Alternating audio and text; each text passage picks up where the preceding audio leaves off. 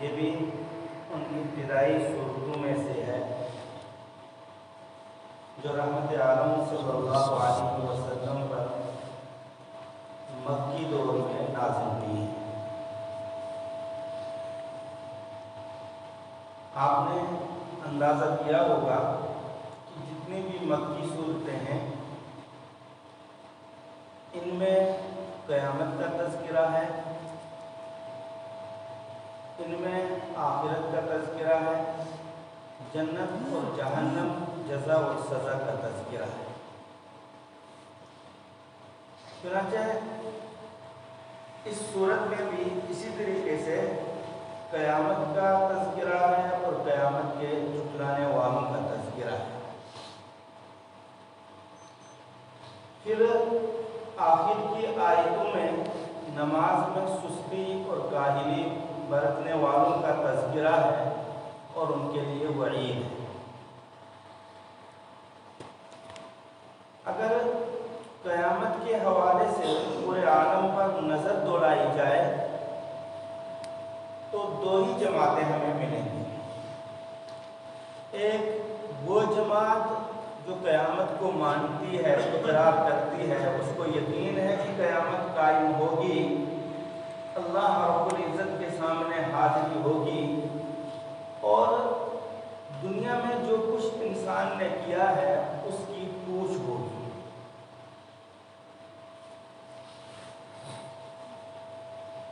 اور دوسری جماعت وہ ہے جو قیامت کو نہیں مانتی ہے، قیامت کی منکر ہے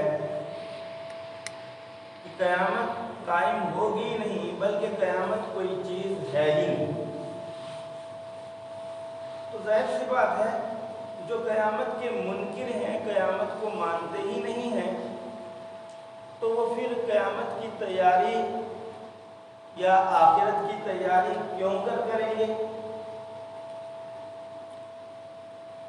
لیکن حیرت اس بات پر ہے جو قیامت کے مقر ہیں، قیامت کو مانتے ہیں کہ وہ آئے گی اور اللہ رب العزت کے سامنے حاضری ہوگی، تو ان کی بھی زبانی تیاری تو ہے، ہر ایک کہتا ہے کہ قیامت آئے گی، ہم تیاری کر رہے ہیں، لیکن حقیقی معنوں میں جس سے تیاری کہا جاتا ہے وہ نا کے درجے کی ہے۔ دنیا کے امتحانات کے لیے انسان کتنی تیاری کرتا ہے، کتنی محنت کرتا ہے۔ دنیا کے کسی بادشاہ حکمراں کے سامنے جانا ہو تو اس کے لیے انتھک کوشش اور محنت کرتا ہے کہ وہاں پر سوالات کا صحیح جواب میں دے پاؤں۔ لیکن تمام آقاؤں کے آقا، خالق اور مالک پروردگار عالم کے سامنے حاضر ہونا ہے، اور اس حوالے سے ہم زبانی کام چلاتے ہیں کہ قیامت آئے گی، تیاری ہو رہی ہے، لیکن تیاری کسی کوئی تیاری ہے نہیں اس امتحان کی، اور اس کے متعلق کبھی غور و فکر کیا بھی نہیں۔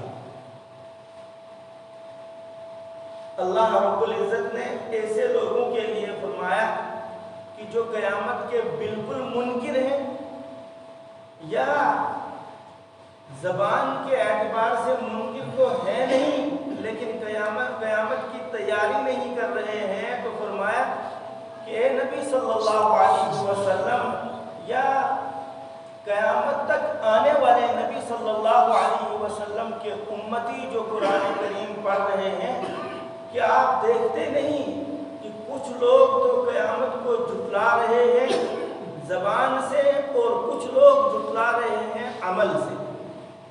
یعنی عمل ایسے نہیں ہے جس سے لگے کہ یہ قیامت کی تیاری کر رہے ہیں، اور کردار ایسے نہیں ہے کہ جس سے یہ لگے کہ یہ قیامت کی تیاری کر رہے ہیں۔ ایک صحابی رسول صلی اللہ علیہ وسلم رحمت عالم صلی اللہ علیہ وسلم کی مجلس میں حاضر ہوتے ہیں تو پوچھا، اللہ کے رسول متی الساعۃ، قیامت کب قائم ہوگی؟ دو انداز سے یہ سوال پوچھا جاتا ہے۔ مشرکین بے ایمان آپ کا مذاق اڑانے کی غرض سے سوال پوچھتے تھے، بلکہ کہتے بھی تھے کہ محمد کہاں ہے قیامت، لاؤ تو کب آئے؟ وہ مذاق کرنا تھا رحمت عالم صلی اللہ علیہ وسلم کا اور تکلیف دینی تھی آپ کو۔ اس کے تو قرآن کریم نے اپنے اپنے انداز سے جواب دیے۔ فیما انت من ذکراہا، آپ کو اس کا تذکرہ کر کے کیا لینا ہے، آپ تیاری کرو، اس کا علم تو پروردگار عالم کے پاس ہے۔ یہ کافروں کا جواب ہے، کافروں کو جواب ہے، اور اسی قسم کے بہت سارے جواب قرآن کریم نے کافروں کے لیے بیان کیے۔ لیکن یہ ایمان والا تھا تو رحمت عالم صلی اللہ علیہ وسلم نے فرمایا ما اعددت لہا، تو نے کیا کچھ تیاری کی ہے قیامت کے لیے؟ جو تو سوال پوچھ رہا ہے، ایسا لگ رہا ہے کہ کوئی عام سا معاملہ ہے، کوئی چھوٹا سا امتحان ہے، تو آپ پوچھ رہے ہیں کب آئے گی قیامت؟ آپ نے کیا کچھ تیاری کر رکھی ہے؟ کہ اللہ کے رسول کچھ زیادہ تیاری تو نہیں کر رکھی ہے، فرائض ادا کرتا ہوں، واجبات ادا کرتا ہوں، حرام کام نہیں کرتا ہوں، بس اس سے زیادہ اور کوئی عمل میرے پاس نہیں ہے اللہ کے رسول صلی اللہ علیہ وسلم۔ کچھ دیر کے بعد کہا ہاں اس کے علاوہ یہ ہے کہ اللہ سے محبت کرتا ہوں اور اللہ کے رسول صلی اللہ علیہ وسلم سے محبت کرتا ہوں۔ اور یہ پڑھتے تھے تو انہوں نے یقین کے ساتھ بیان فرمایا کہ اللہ کے رسول فرائض ادا کرتا ہوں، واجبات ادا کرتا ہوں، حرام کاموں سے بچتا ہوں۔ تو انہوں نے تو جواب دیا اور ان پر اللہ کے رسول صلی اللہ علیہ وسلم کی نگاہ پڑی تھی، وہ تو اس سے بھی زیادہ اعلیٰ ہوں گے۔ لیکن میں اور ہم سب اگر اپنے اندر جھانکیں تو ہماری نمازوں کا حال کچھ ابتر ہے۔ اولاً تو نماز جماعت میں حاضر ہی نہیں ہو پاتے ہیں، اگر آئے تو ہماری نماز قضا ہو چکی ہوتی ہے، اور پھر نماز کے اندر کہاں کہاں ہم گھومتے ہیں، کہاں کہاں ہمارا خیال جاتا ہے، اللہ ہی مالک ہے، اللہ ہی جانتا ہے کہ ہماری نمازوں کا کیا حال ہے۔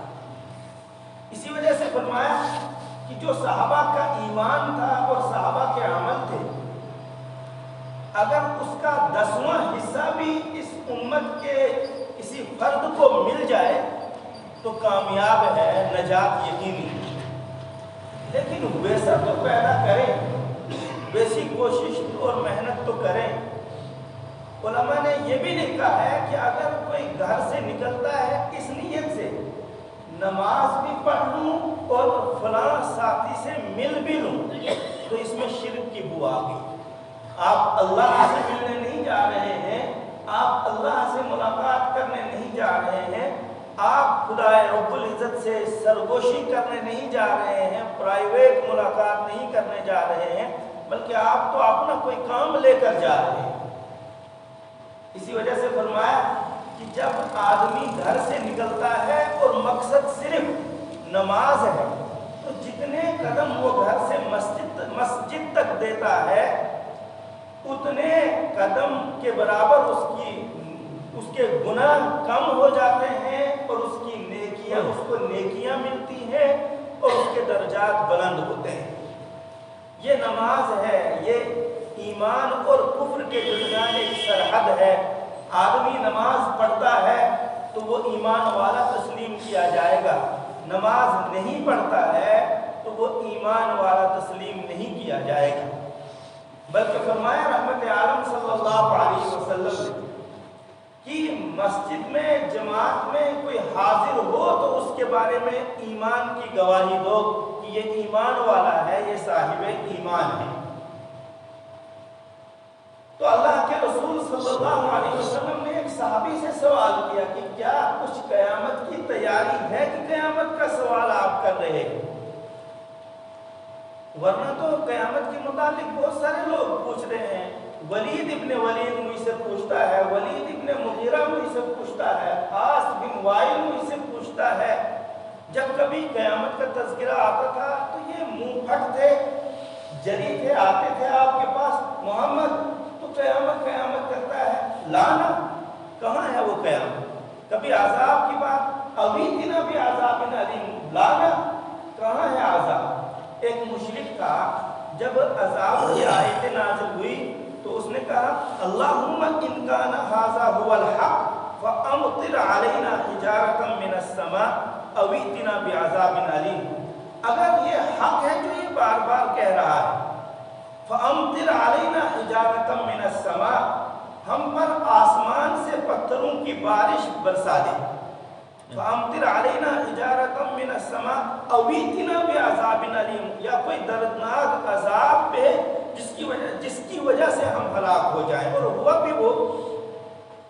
اللہ رب العزت کے عذاب کی وجہ سے ہلاک کہ آج تک اس کا کوئی نام نہیں جانتا ہے، حارث بن کلدہ، نضر بن حارث بن کلدہ اس کا نام تھا، جو رحمت عالم صلی اللہ علیہ وسلم کا مقابلہ کرتا تھا۔ تو پہلی آیت میں رحمت عالم صلی اللہ علیہ وسلم سے بتلایا جا رہا ہے ارأیت الذی یکذب بالدین، حبیب صلی اللہ علیہ وسلم آپ نے دیکھا اس آدمی کو جو جھٹلاتا ہے دین کو۔ دین کے ایک معنی ہے قیامت، یعنی قیامت کے دن کو، روز جزا کو جھٹلاتا ہے کہ قیامت کوئی چیز ہے ہی نہیں۔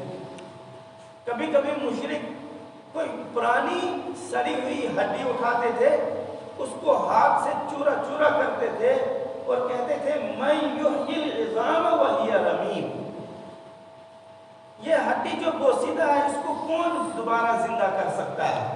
باری تعالیٰ نے اس کا جواب دیا، لیکن وہ اپنی عقل سے سوچتے تھے کہ دوبارہ زندہ ہو نہیں سکتا ہے آدمی۔ دین کا دوسرا معنی ہے ثواب، کہ حبیب صلی اللہ علیہ وسلم کیا آپ نے دیکھا اس آدمی کو جو اعمال کے ثواب کا انکار کرتا ہے، جھٹلاتا ہے کہ کوئی ثواب نہیں ہوگا؟ یا دین کے معنی ہے حساب، اور حساب کا مطلب ہے نیک کو اپنی نیکیوں کا بدلہ ملے گا اور بد کو، برے کو اپنی برائیوں کی سزا ملے گی۔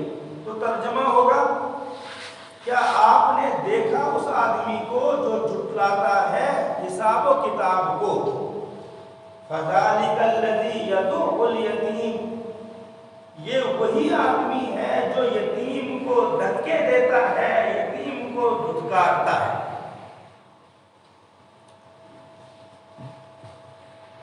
جو آج کا دور ہے جس کو ماڈرن پیریڈ کہتے ہیں، دور جدید، اور پھر ابو جہل، ابو لہب، ولید ابن ولید، عاص ابن وائل، ان کے دونوں دوروں کو پڑھو، دونوں کا ملاحظہ کرو، دونوں کا جائزہ لو، تو آپ کو بہت ساری چیزیں مشترک نظر آئیں گی۔ اس دور میں بھی زبانی طور پر یتیم کے ساتھ خیرخواہی کا دعویٰ کیا جاتا تھا، لیکن یتیم کو دبا اللہ ماشاء اللہ کوئی ہو جو نرم دل ہو۔ اور آج کے اس دور جدید میں بھی جھوٹے مقدمات کے ذریعے یتیموں کو، بیواؤں کو، غریبوں کو، مسکینوں کو اور محتاجوں کو دبایا جاتا ہے، ان کا مال ہڑپا جاتا ہے، ان پر ظلم کیا جاتا ہے۔ بس فرق یہ رہا اسلام نے اس کا نام دور جاہلیت رکھا تھا، اور آج کل کے پڑھے لکھے جاہلوں نے اس کا نام دور جدید رکھا، ماڈرن پیریڈ رکھا، اور اس طرف کوئی توجہ نہیں دی۔ اس آیت کو میں ایک مختصر چھوٹے سے واقعے سے سمجھاؤں گا۔ رحمت عالم صلی اللہ علیہ وسلم مکہ میں ہے اور مکی دور ہے۔ ایک جوان ہے، وہ یتیم رہا کرتا تھا، یعنی یتیم تھا، اس کے والد بچپن میں ہی وفات پا چکے تھے۔ اب اس کا کوئی ذمہ دار نہیں تھا، تو مشرکین عرب نے مشورہ کیا کہ ہمارا سردار ابو جہل ہے، اس کو اس کے حوالے کیا جائے گا یتیم کو، اور اس کا مال بھی اس کے پاس رکھ دیا جائے۔ جب یہ یتیم بڑا ہوگا، بالغ ہوگا، تو ابو جہل اس کا مال واپس کر دے گا اور اس طریقے سے یہ اپنی زندگی گزارنے لگے گا۔ بچہ تھا، چھوٹا تھا، اس کو تو پتہ نہیں تھا اتنا، نہ جانے کیسے کیسے اس نے اور اس کی والدہ نے زندگی گزاری۔ لیکن جب بڑا ہوا تو اب اس کے بدن پر ایک چادر پہننے کے لیے نہیں تھی، وہ ننگا مکہ کی گلیوں میں گھومنے لگا۔ پھر کنجوسی کا عالم یہ تھا کہ کون اس کو چادر پہننے کے لیے اور اوڑھنے کے لیے دے، کون اس کی والدہ کے پردے کی فکر کرے۔ وہ تو عجیب دور تھا، لہذا وہ اس کو پتہ چلا کہ میرا مال ابو جہل کے پاس ہے، تو وہ بار بار جانے لگا ابو جہل کے پاس کہ میرا مال دے دیا جائے، میں اپنی زندگی گزاروں گا اور اپنی والدہ کا بھی کچھ پردے کا انتظام کروں۔ ابو جہل نے مال دبا دیا تھا، جب بھی یہ جاتا تھا تو ڈانٹ کر واپس کر دیتا تھا۔ اس آیت کے ذیل میں مفسرین نے یہ لکھا ہے۔ دوسرے مشرکین عرب کو پتہ چلا تو ظاہر سی بات ہے، وہ تو ایک جیسے تھے اور دوستی تھی، تو ایک دو نے بلایا اور بلانے کے بعد کہا کہ ابو جہل ہماری مانے گا نہیں۔ یہاں ایک آدمی ہے، وہ نبوت کا دعویٰ کرتا ہے، کہتا ہے یتیموں کا خیر خواہ ہوں، بیواؤں کا خیر خواہ ہوں، نام ہے اس کا محمد، اس کے پاس جا، وہ آپ کا کام بنا دے گا۔ لیکن مقصد یتیم کے ساتھ خیر خواہی نہیں تھی، مقصد رحمت عالم صلی اللہ علیہ وسلم کی توہین تھی کہ رحمت عالم صلی اللہ علیہ وسلم ابو جہل کے پاس جائیں گے اور یتیم کا مال مانگیں گے تو ابو جہل ان کی توہین کرے گا، تو ان کو سکون ملتا تھا، ان کو وہ بہت خوش ہوتے تھے جب رحمت عالم صلی اللہ علیہ وسلم کو کبھی کسی کی طرف سے تکلیف پہنچتی تھی۔ یتیم تھا، اس نے سوچا کہ حقیقت ہے، وہ آ کر رحمت عالم صلی اللہ علیہ وسلم کے گھر آیا اور آپ سے شکایت کی، پورا قصہ سنایا، قربان آپ صلی اللہ علیہ وسلم پر۔ حقیقت میں جو والی تھا، جو ذمہ دار تھا، جو خیر خواہ تھا، وہ محمد عربی صلی اللہ علیہ وسلم تھے یتیموں کے، اور محمد عربی صلی اللہ علیہ وسلم کے امتی کو بھی ایسا ہی ہونا چاہیے اور خیر القرون میں تھے۔ لیکن آج شرم آتی ہے آدمی کو یہ کہتے ہوئے کہ میں امت محمد صلی اللہ علیہ وسلم میں سے ہوں، اس لیے کہ نام تو امت محمد، لیکن کام ابو جہل کے، کام قطبہ کے، کام ولید کے اور کام عاص بن وائل، ان کے اس سے میں بدتر کام ہے لوگوں کے۔ آپ بنفس نفیس خود کھڑے ہوتے ہیں، کوئی رکعہ، کوئی خط نہیں دیا ابو جہل کے لیے، آپ کھڑے ہوتے ہیں اور پہنچتے ہیں ابو جہل کے گھر۔ وہ وہاں چارپائی پر بیٹھا تھا، نہ چاہتے ہوئے بھی انہیں ادب اور اکرام کرنا پڑتا تھا محمد عربی صلی اللہ علیہ وسلم کا۔ کھڑا ہوا اور کچھ استقبال کے لیے آیا تو اس کے بعد آپ کو اپنی چارپائی پر بٹھایا۔ رحمت عالم صلی اللہ علیہ وسلم نے اس یتیم کے حوالے سے بات کی ابو جہل سے۔ ابو جہل بغیر کسی چون چرا کے اندر گیا، انہوں نے اس یتیم کو بھیجا تھا رحمت عالم صلی اللہ علیہ وسلم کے پاس۔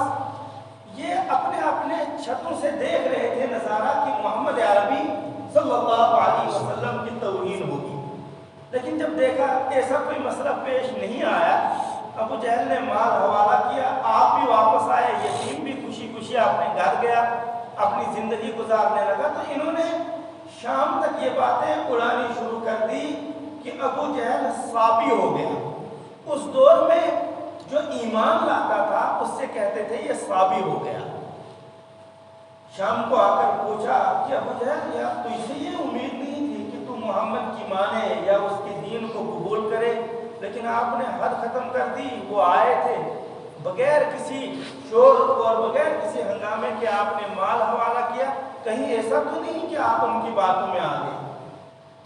فرمایا، کہا کہ نہ ان کی باتوں میں تو نہیں آیا، اوپر والے کی قسم جب وہ آ رہا تھا تو مجھے لگا کہ اگر میں اس کی باتیں نہ مانوں اس کے دائیں بھی ایک فرشتہ تھا، بائیں بھی ایک فرشتہ تھا، اور ان فرشتوں کے ہاتھ میں لوہے کے گرز تھے، لوہے کے سریے تھے۔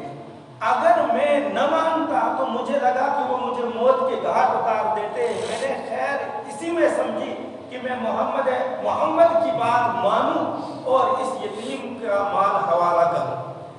اس واقعے سے کئی سبق ملتے ہیں ہمیں کہ دینداروں کی غائبانہ مدد ہوتی ہے، لیکن پکا اور سچا دیندار ہو حقیقی معنوں میں امت محمد صلی اللہ علیہ وسلم۔ دوسرا یہ کہ آپ یتیموں کا، بیواؤں کا، مسکینوں کا، غریبوں کا کتنا درد رکھتے تھے کہ آپ خود تشریف لے گئے۔ میں اور ہم اپنے آپ میں جھانکیں کہ کیا ہم کسی یتیم کی، کسی بیوہ کی، کسی مسکین کی، غریب کی اس طریقے سے مدد کر سکتے ہیں؟ کبھی نہیں کر سکتے ہیں کہ دنیا کے چودھری کے ساتھ بگڑ جائے گی، لہذا ہم یتیم باہر میں جائیں، ہماری تو کم سے کم دوستی اور ہمارے تعلقات برقرار رہیں۔ فرمایا اللہ رب العزت نے فَذَلِكَ الَّذِي يَدُعُّ الْيَتِيمَ، یہی ہے وہ آدمی جو یتیم کو دھتکارتا ہے، وَلَا يَحُضُّ عَلَىٰ طَعَامِ الْمِسْكِينِ، اور نہیں ترغیب دیتا ہے مسکینوں کو کھانا کھلانے کی، یعنی نہ تو خود کھلاتا ہے، چاہے یہ ابو جہل ہے یا ولید ابن ولید ہے یا ولید ابن مغیرہ ہے یا عاص بن وائل ہے یا قیامت تک آنے والے ان جیسے اخلاق کو اپنانے والے لوگ ہیں، نہ خود لوگ یتیموں کو، بیواؤں کو، مسکینوں کو کھلاتے ہیں اور نہ دوسروں کو اس کی ترغیب دیتے ہیں، کم سے کم دوسروں ہی کو بتاتے تو یہ بھی ان کے لیے خیر کا ذریعہ تھا، نجات کا ذریعہ تھا۔ یاد رکھیں، بیوہ ہے، مسکین ہے، رحمت عالم صلی اللہ علیہ وسلم نے فرمایا جتنا مجاہد کو جہاد کرنے میں ثواب ملتا ہے اتنا ہی ایک آدمی کو ثواب ملتا ہے جب وہ کسی بیوہ کے لیے کوشش کرتا ہے، خود اپنا مال دیتا ہے یا دوسروں کو اس کے لیے تیار کرتا ہے کہ بیوہ ہے، اس کی مدد کرنی ہے، اس کی ضرورت پوری کرنی ہے۔ فویل للمصلین، ہلاکت ہے، بربادی ہے ان لوگوں کے لیے، ان نمازیوں کے لیے، الذین هم عن صلاتهم ساہون، جو اپنی نمازوں سے غفلت برتتے ہیں، یعنی دل لگا کر نہیں پڑھتے ہیں یا قضا کر کے پڑھتے ہیں یا تعدیل ارکان جو سکون کے ساتھ نماز پڑھنی تھی، سجدہ ٹھیک سے نہیں کرتے ہیں، رکوع ٹھیک سے نہیں کرتے ہیں۔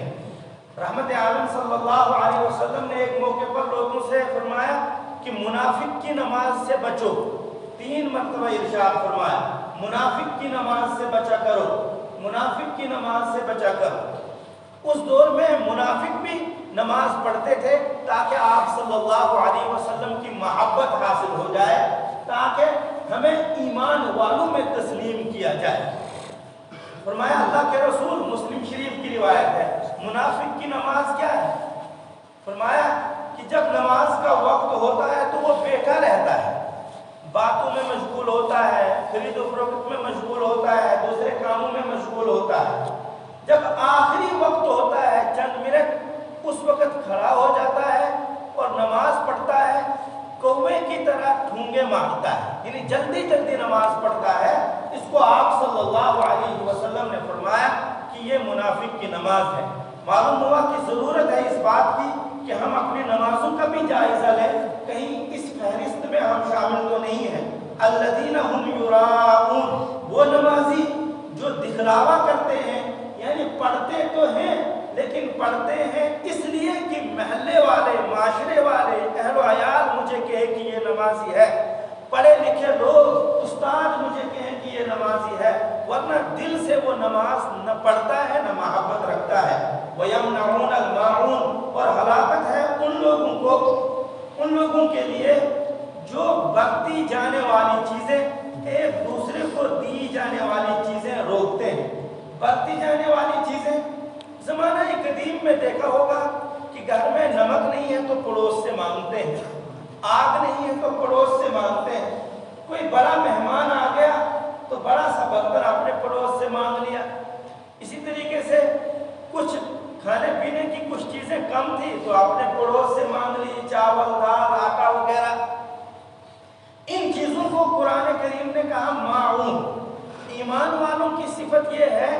کہ ایسے موقع پر وہ ایک دوسرے کی مدد کرتے ہیں، تیل دیتے ہیں، برتن دیتے ہیں، اور کوئی پتیلا اور کوئی دوسری چیز دیتے ہیں۔ تو اللہ رب العزت نے قرآن کریم میں فرمایا کہ وہ لوگ جو ایسا کرتے ہیں یہ ایمان کی علامت ہے، یعنی ایک دوسرے کو دیتے ہیں یہ بڑھتی جانے والی چیزیں۔ لیکن اگر نہیں دیتے ہیں، روکتے ہیں، تو ایسے لوگوں کے لیے اللہ رب العزت وعید سنا رہے ہیں کہ ہلاکت ہے، بربادی ہے، تباہی ہے ایسے لوگوں کے لیے کہ ان سے مانگی جائیں بڑھتی جانے والی چیزیں لیکن وہ ان کو روکتے نہ دیں۔ وَيَمْنَعُونَ الْمَاعُونَ، ہلاکت ہے ایسے لوگوں کے لیے جو روکتے ہیں بڑھتی جانے والی چیزوں کو۔ اللہ رب العزت عمل کی توفیق عطا فرمائے۔ سبحان ربک رب العزت عما یصفون وسلام علی المرسلین والحمد للہ۔